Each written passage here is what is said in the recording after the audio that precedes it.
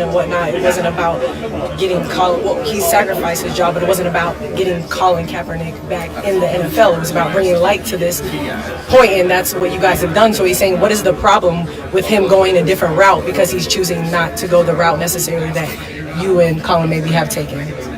Us fighting for Colin to get a job is returning him to a status quo of being an employee. We didn't advocate for him to lose his job along the way.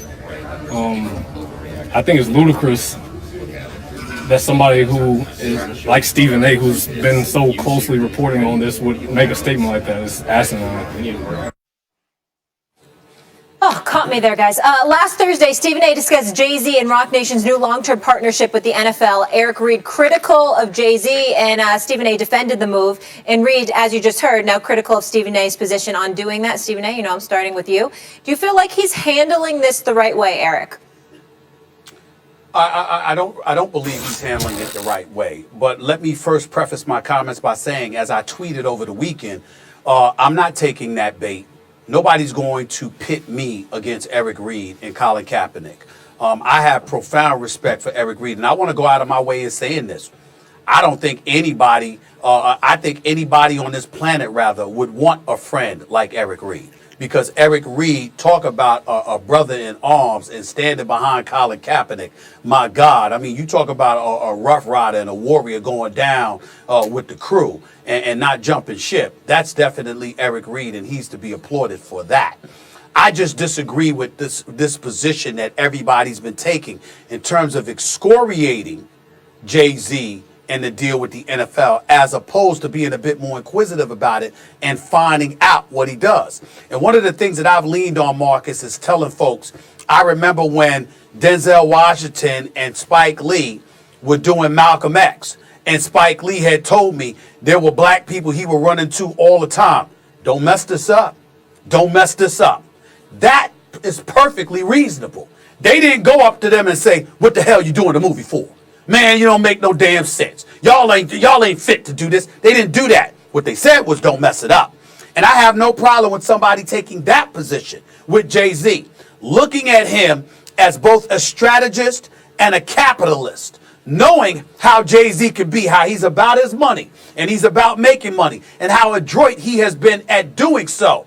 In some circles, we've spent decades revering him for that and applauding him for that. But suddenly he pulls that off here, while in the process using or attempting to use the strong arm of the National Football League to address the very things that Colin Kaepernick and Eric Reid were taking a knee for. And we want to engage in condemnation? I think that's wrong. Now, let me be very clear. I can understand from an optics perspective how looking at Jay-Z sitting next to the commissioner, smiling and laughing and yucking it up, isn't the greatest look in some people's eyes. I get that.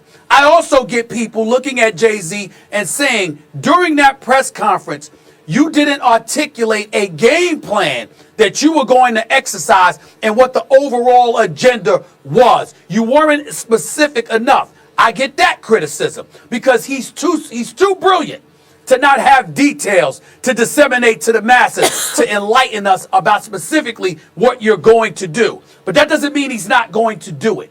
And when I look at Eric Reid, Marcus, I'll close by saying this. I think that somebody needs to ask Eric Reid at this particular moment in time, what exactly is he protesting about? Because if you're talking about bringing attention to racial oppression, inequality, police brutality, considering the resources that the NFL has had and the extended tentacles that they're willing to use, along with the Players Coalition and other things that are transpiring, it seems to me that at this point in time, Eric Reid is protesting more about Colin Kaepernick than he is about the issues him and Colin Kaepernick were originally taking a knee for. And I'll stop there, Marcus. See, here's the thing, Stephen A., and I 100% agree with what you said. First, let me preface it by saying this. Like, where I grew up at in South Baton Rouge and where I grew up at around North Baton Rouge, there's this thing called the G Code. I feel like the G Code should be a conversation between Eric Reid and Jay-Z. That's how you handle it. You have a seat at the table. You iron out these things that you just mentioned. What is the plan, Jay? And then for the criticism that Jay-Z is taking, I don't understand it. Stephen A., since the annals of history, when we start talking about Martin Luther King, when we start talking about power and infrastructure and trying to infiltrate a situation or a system that we're trying to not only gain equality, but have and be looked at as respected as the next man, whether his skin is white, whether he's from another demographic or anywhere, you have to have a seat at the table. Like there is a plan that was to kneel for social injustice, for discrimination, for black men being killed in the streets at the hands of police officers. All of that was absolutely warranted. And I don't think anybody is disagreeing with that at all. But here's the deal now. Now you have this interpersonal battle of something that I would take the side of saying this has transpired in order to push the narrative forward. I believe that's what Jay-Z is alluding to. I believe that's what he believes. I don't like the fact that it's two brothers attacking brothers over social media instead of having a conversation about what is the plan. Well, like, to look at this situation is just disheartening for me based on what Eric Reid is saying. But Marcus, here's the thing. Jay-Z hasn't said a word about Eric Reid. He hasn't said anything but positive words about Colin Kaepernick. So the attacks have been one-sided. Yeah. And so now we have to get to why that is. Eric Reid went on the field at Lincoln Financial Field, all right, and tried to attack Malcolm Jenkins. For what? Because you thought he co-opted the movement. You're accusing Jay-Z of the same thing. You're alluding to sellout status being attached to him, okay? And why? It's not because we're not addressing the issues of racial oppression, police brutality, racial inequality, because the NFL, the Players Coalition is clearly making attempts to do that. And I'm not saying their work is finished and they don't need to do even more. Please don't get me wrong. I'm not saying the NFL owners that their interests are all right and above board and they don't need to be doing more. I'm not saying any of that. What I'm saying is that the efforts, clearly, you talk about 9 figures plus being put into issues to address those very issues that Colin Kaepernick and Eric Reid swore they were about. But here Eric Reid is willing to attack anybody that remotely disagrees with him about Colin Kaepernick. So it seems at this moment in time that he's protesting on behalf of Colin Kaepernick more than he's protesting about oppression, inequality, police brutality, etc. And all I'm saying is if that's what you're doing, then say so and leave it at that. And stop feeling the need to attack everybody